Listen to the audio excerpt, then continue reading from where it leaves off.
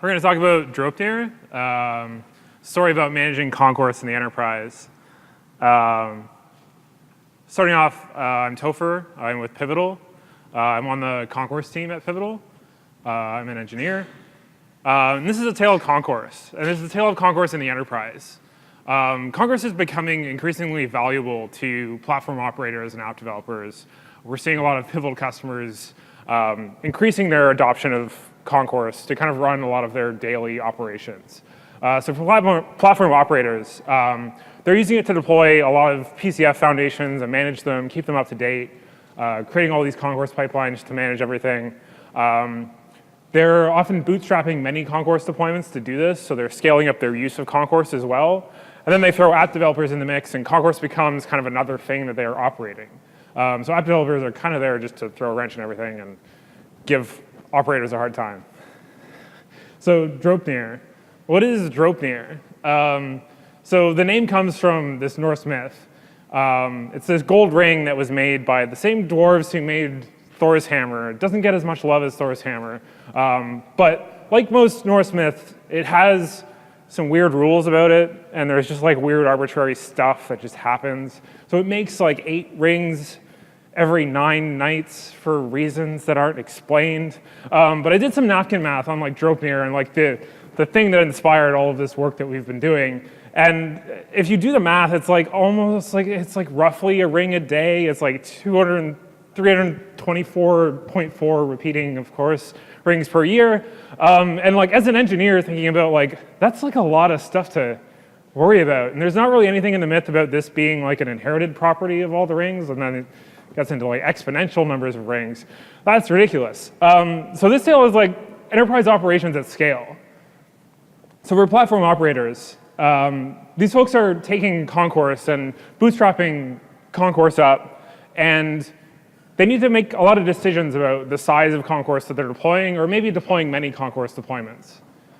So we take them from like this day zero experience where they don't have Concourse at all, and eventually they get a Concourse deployment up, and they start like planning out these pipelines to eventually set up PCF. And Pivotal's there kind of along the way to help customers often through this experience. Then they have this like day end experience of like, okay, now we need like many Concourses with many pipelines to make all of our foundations for like all these different use cases for like dev and prod and pre-prod and sandboxes and all these other things. And then app developers show up. So now that we have these pipelines to like deploy PCF, it's a natural assumption that like, hey, like these app developers have these apps that they also want to get into production.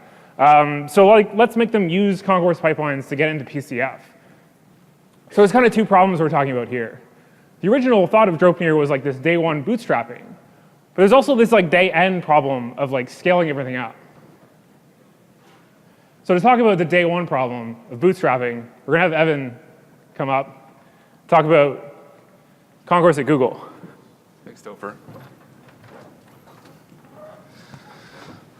Hello, everyone. I spent most of my slide prep time on this graphic, so I hope that you appreciate it as much as I do.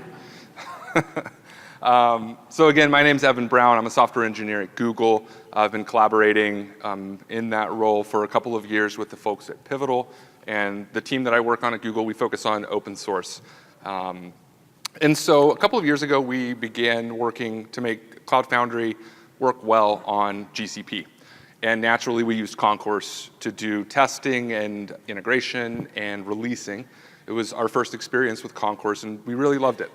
We have a number of other teams, or a number of other projects on our teams, including Terraform and Chef and Ansible and Puppet and Vault and Elk, and they really liked our dashboards. They thought they looked beautiful. We were raving about the tool, and they wanted to use Concourse too. So we have a lot of stuff running on Concourse. And that means that we have a lot of concourses to provision. So we were provisioning a concourse per group effectively, and then using concourse teams inside those groups. And so I started approaching this problem of how do we provision all of these concourses, and then how do we manage them? So the naive approach, and the approach that we did for a long time, was to create a concourse manually. And this requires having a BOSH director, and there's different ways to do it now. You can deploy to Kubernetes, But at least a couple of years ago, BOSH was the way that you would do it. It's still the way we do it today. And of course, to get a BOSH director, you need some other things in your infrastructure, and we use GCP naturally. You can provision the infrastructure that you need for your BOSH director to get your Concourse. You can do that infrastructure provisioning in the console. It's not repeatable. You can script it with gcloud, not super repeatable. Terraform is a nice, fairly automated way to provision the same infrastructure, wire it in to BOSH, and then from BOSH deploy a Concourse. But there really wasn't enough automation. And I think more importantly, as we grow the number of Concourses, there weren't conventions for consistency. So we had to sort of either develop our own conventions for how we would deploy these BOSHs and Concourses every time we did it, or we just didn't have it. And that wasn't a good answer. So we went from the one extreme of a very manual approach to another extreme of the most automated thing we could think of. And I had this bright idea, well, we're deploying Concourses, so why don't we use Concourse to deploy Concourse? And so we had Concourse pipeline. And it works, but it was too much automation. Like, we were trying to be a little too clever. Some of the problems that we ran into there were Concourse treats resources as first-class citizens, so when a new Concourse release came out, it would be pushed immediately unless we paused the pipeline to not push it immediately, so we couldn't really validate. So we're kind of inserting a manual step there. Anyways, and you end up doing weird stuff with resources. So a classic case is you want to rotate a certificate or rotate SSH keys. So who's used Concourse before? Right, so you want a resource to be able to trigger a job or a task, but there's not really a resource that says, I need a new SSH key, or I want to rotate an SSH key. So you end up creating a blob store or an object in a bucket, and you maybe change the version or just write to that object to trigger some action downstream. Feels super weird. It's kind of like adding a notch when everything before that was just fine, like we were over-engineering it. So we started working with this tool, and this is the, if manual just wasn't enough and pipelines, if pipelines was too much, we found kind of the just right approach, at least for the scale that we're operating at. And that was with a tool called BOSH Bootloader. So some great engineers at Pivotal are building BOSH Bootloader. And per their website, it's a command line utility for standing up BOSH on an IaaS. And they support a number of different infrastructures, including Google. So BOSH Bootloader takes these two components where it's really important to be consistent and to be mostly automated, and it wraps them up in a nice little tool called Bubblebbl, or BBL. So you really get your Terraform provisioning, your BOSH management, and a jump box out of these three things, and you get a convention that's consistent across every deployment that you do. So it was the right mix of automation, it was a good mix of convention. There's no notch sense approach. Did you like that? I came up with some handy jokes for this thing. So this is just a quick overview of how we use Bubblebbl, but not super interesting. So we're going to do this real. I'm going to walk you through how we use Bubblebbl kind of on an operational basis to do these things. And I've got an existing deployment that's already up, because this takes more than just a couple minutes to stand up. So, how's font size? Is that decent? So I've got a directory here and env1. So Bubblebbl really cares about this concept of a state directory. That is your BOSH director, the Terraform configuration for that director. And so we can say statedir env1. And something that you might want to do if you're troubleshooting is SSH to your director. Yay, so now we're in the BOSH director. The BOSH director doesn't have a public IP address, it has a private address, but part of the convention that Bubblebbl pushes is that you have a jump box or a bastion host that is kind of the gateway to get into your infrastructure. Bubblebbl does the really nice thing of setting up the SOCKS proxy and the SSH tunnel for you, and then wiring BOSH to just work, or making SSH just work. And so another example of that is I can do BOSH VMs, and again, we're talking to a director that's on a private IP address, But using SOCs and the SSH proxy, we're able to do our administrative and operative tasks like update a stem cell, deploy a new release. So it's semi-automated. Let's see, oh, it's env1. If we look at kind of the convention that we get here, so Terraform directory, vars directory, and then our deployment information. And then it's really as simple as whoop, git init. And we wouldn't push this to GitHub. Of course, we use an internal Git compatible repository. But this gives other operators or other teams access to this deployment. It's fairly straightforward. It's not too fancy, and it works. Nick's going to come up on stage from Fidelity and talk about some interesting things they do to operate their concourses. Thanks, Evan. Good afternoon, everyone. My name is Nick Penston, and I work within enterprise cloud computing within Fidelity Investments. We're a centralized cloud group, and our mission is to power the next generation digital services for our 20 million customers.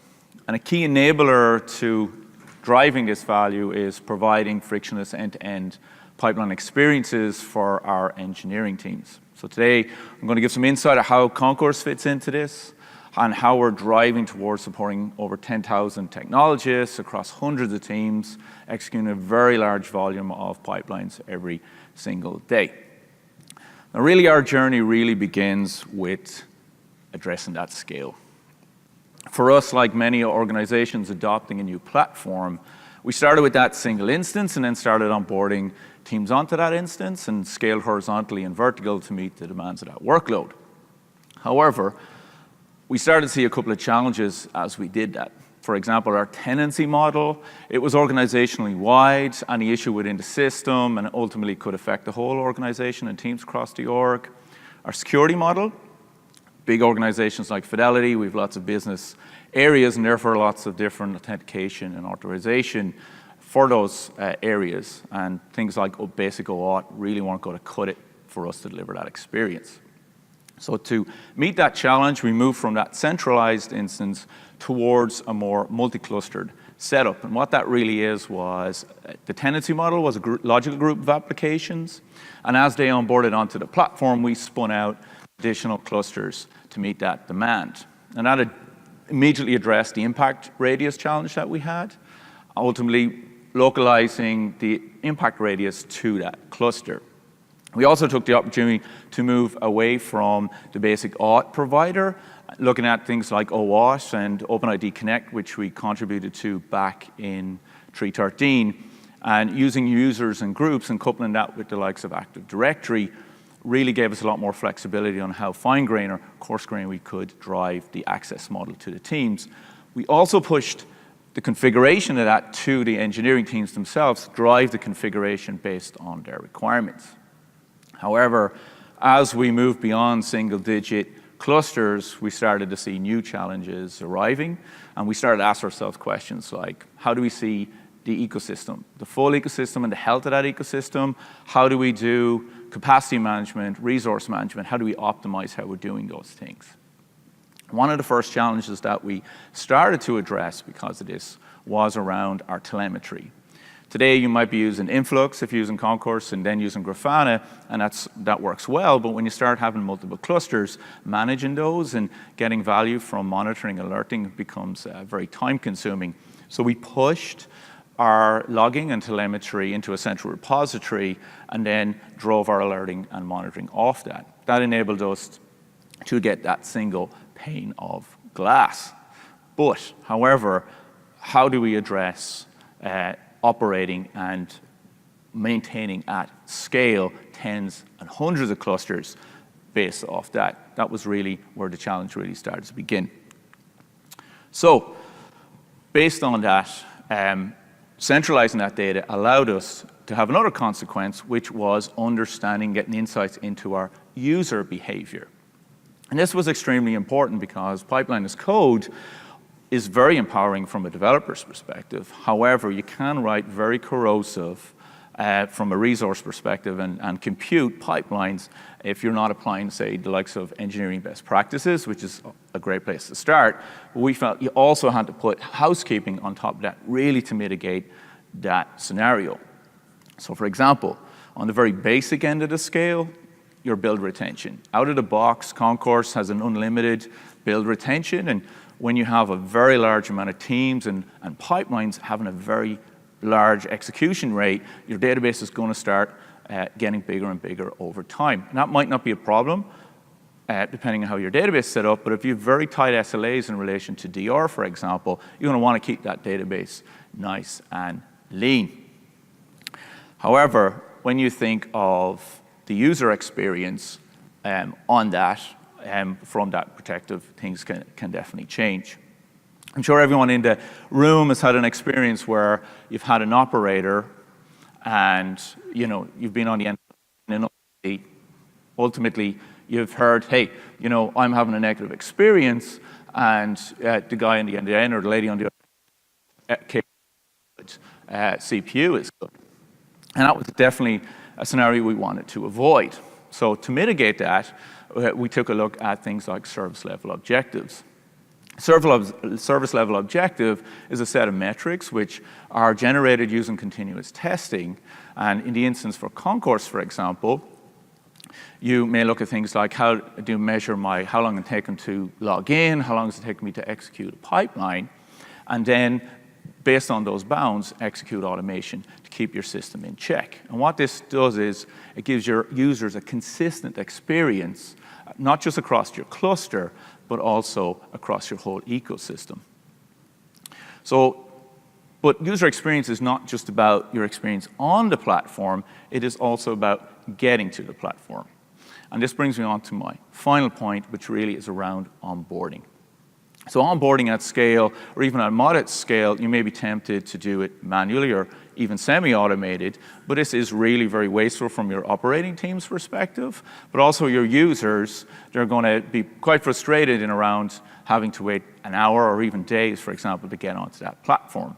But exposing a rich set of APIs to allow your teams to provision not just the team, but also the whole ecosystem really enables not just faster adoption, but frees up your operating team to focus on delivering value. So to deliver a system at scale, to deliver that frictionless end-to-end pipeline experience, it's not just about having a reliant and resilient pipeline solution. You have to focus on things like, how do I operate at scale? How do I understand the insights around my pipeline experience, but also the experience on the platform of those users if you want to be successful? So I'm going to hand the baton back to Topher. Thanks, Nick. Thank you, Nick. Just to kind of circle everything back to what the Concourse team has learned from working with Evan's team at Google and Nick's team at Fidelity. We've really been learning that we need to empathize with the toil that operators go through, kind of this bootstrapping problem, but also this giant enterprise scaling problem. So we've been running Wings for a while now inside of Pivotal, and we've really been scaling up our usage of it and kind of getting more aggressive and more quick to deploy new releases to Wings so that we know that even early nightly builds of Concourse are vetted against a large-scale deployment. We've been kind of scaling up our usage of SLeyes to indicate kind of the health of it, like Nick talked about, and definitely learning a lot from that experience following the SRE playbook from Google, and kind of seeing when things go wrong and seeing kind of our own reactions to that and understanding what it means when everything goes red and suddenly one of our SLeyes is doing really poorly, and there's kind of sometimes a cascading effect on things. And then, dealing with the panic that ensues from having this issue. And all of this has really also affected the Concourse Roadmap. So we've been learning a lot more about features that are just missing from doing this, features that are missing from the operator experience, and kind of evolving Concourse to be more than just this continuous thing doer and become kind of this new iteration of what Concourse could be. So for operations, we're really looking more about what metrics are missing, what things can't I measure? Are there things that are missing that if a user's pipelines are going poorly, that as an operator, I have no idea what's going on or why, and I just have to tell them, I don't know, it's broken, I guess. We've been improving the Helm chart so that folks who are deploying to Kubernetes are able to easily deploy there. So that bootstrapping problem becomes kind of less of an issue because there's already really good tooling around deploying services to Kubernetes using Helm. We're trying to get to contributor status on the Helm chart. It's all been community maintained from just a few months ago. We've started kind of putting more commits into it and making sure that everything is up to date with the latest version of Concourse. For the kind of Concourse for PCF, the Pivotal provided offering, we've really been working on a compatibility matrix so that we can work really well with other Pivotal offerings that are on PivNet. So things like UAA and CredHub. And also working on some like built-in resources for Concourse for PCF. And also the ability for maybe our users to embed resources that they commonly use or they've customly built so that they don't have to kind of add them all as custom resource types every time they're wanting to go reach for this thing, and then putting more load on like whatever internal Docker registry they have, and then Concourse just starts DDoSing things. And we're also thinking a lot about the runtime. And this is kind of the core of Concourse, the thing that schedules containers and uses up all this compute power and kind of just hogs things up, and it like compounds this need to scale. So really focusing on the resiliency, the efficiency, and the scalability of the runtime has really been our focus. And it's been something that we've learned a lot from working with customers. We really didn't have a way to like tangibly say like this like specific user goal is directly tied to like less containers. It's kind of just like, oh, like as an operator, I maybe want it to be more efficient. But really tying it to customer needs was something that was really eye-opening for us. So we're focusing on kind of the multi-tenant use case where you have lots of teams using a single Concourse deployment, and you have this large cluster of workers that might be ephemeral. You might be kind of bringing them up as you need them. So kind of increasing the scalability of that for multi-tenant use cases. And also distributing the workload across the cluster better. We've kind of dropped recently the distributed garbage collection. This is actually an issue that's been closed off as of 3.14, I believe. So now garbage collection happens across the whole cluster, and it kind of distributes the load a bit more evenly. Previously, it was one ATC would just spam all of the workers with deletions and all of these operations to clean up containers, and it was really heavy on not only the ATC, but then on all the workers, because it would just happen in this big sweep. We'd have to like worry about DDoSing the workers then, and we'd limit how much we'd get rid of, and then if you have lots of work going on, it becomes this whole big distributed systems mess.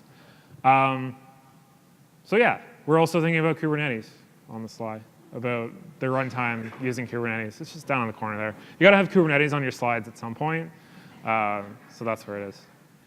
All right, I think we're gonna do questions. You want Evan and Nick to come up for questions, see?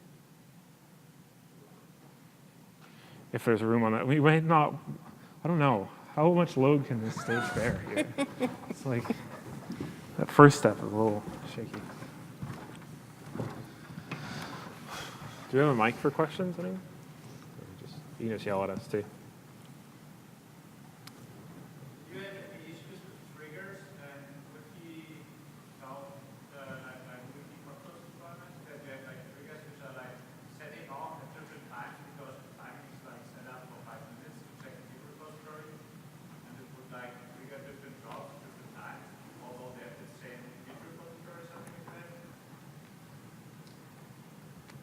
Who's that for?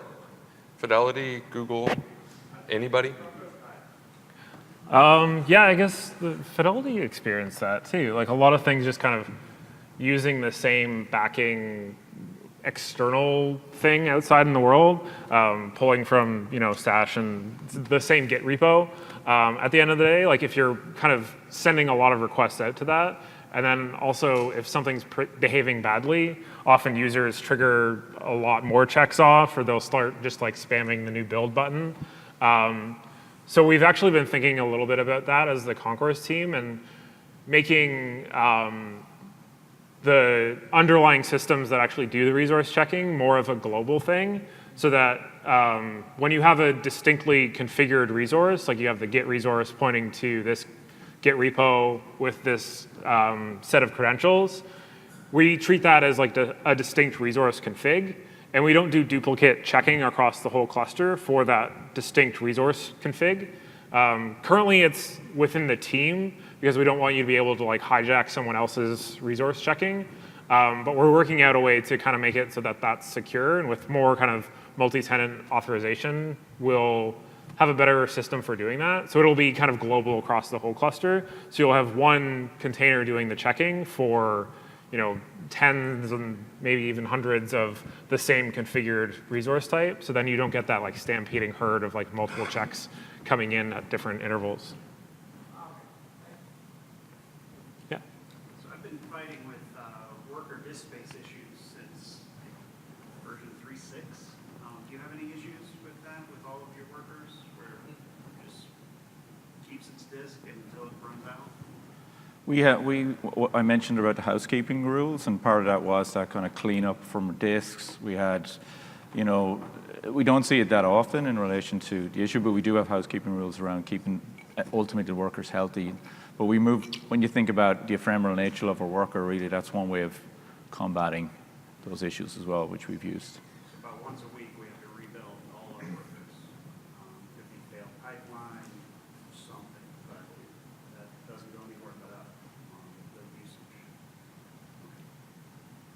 Yeah, that's kind of part of the goals of like the runtime and that distributed GC is to make Concourse more efficient at how it uses the whole pool of workers.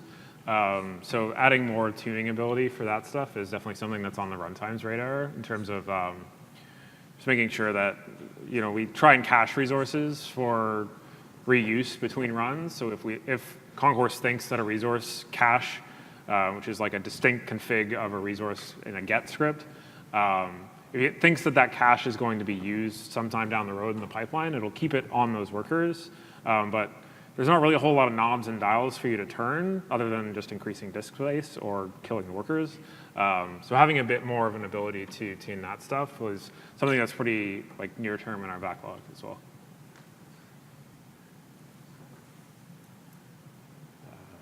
I don't know where hands go first. Let's go left to right. Yeah. So can you connect multiple secret engines to a single Concourse instance like Vault and ThreadHub at the same time? That's not something that's supported right now. With the new multi-tenancy features that we're adding, in terms of having authentication be based on roles. So we're doing kind of role-based authentication is going to be something dropping hopefully very soon. With that, we're kind of thinking, okay, like there's going to be like a Concourse-wide admin, but then also a team owner who might want a different secret backend. So in that case, then it kind of makes more sense for it to be per team. So we're thinking a little bit about that and kind of changing that model along with our authentication model. But for right now, it's deployment-wide. So one more question, if I could. With regards to integrating the secrets engine, can you have a global secret that's going to go across all teams? Right now you got /Concourse/team some secret name, right? Right. Can you just have /Concourse? We only do it per team to ensure that things don't leak between teams and that people don't do things that they shouldn't. Because of the like limitations of different backends, they don't necessarily let you provide strict rules about who's allowed to access what. So we try and keep it namespace under the Concourse teams. But again, with more authentication rules and kind of more granularity there, then we'll be able to improve that. It's definitely something that's on our radar. People ask for it a lot, and it's just something we need to kind of have the right authentication there to make sure that we're not kind of exposing things from the back end. So what considerations did you guys make between having like one super cluster with like 20 workers versus a bunch of many small clusters that are more like specific to teams or segments? I guess it's kind of personal preference and like how your operations work within your organization. Just like from a bootstrapping standpoint, like whether it's easy for a team to kind of stand up their own small instance, if it's easier to get a VM, or if the Helm chart becomes kind of more mature, then like deploying to Kubernetes becomes a lot easier. Getting a slice of a K8s cluster is a lot easier than getting VMs. But it's really kind of a topology standpoint, and also kind of whether there are strict rules around pipelines that go to prod, then you kind of want to have, like, as an organization, you want to have a bit more control over that one cluster. So you want to make sure that no one's like doing anything weird within it. So you kind of want to add a little bit more monitoring and stuff on top of that. So it's really preference. So we're over time now, but as we wrap up, come up, ask us questions. I know there were 3 or 4 more out there, so we'll be here disassembling and happy to chat up here in the back. And I think on behalf of everyone, thanks for coming out. Thank you. Thank you.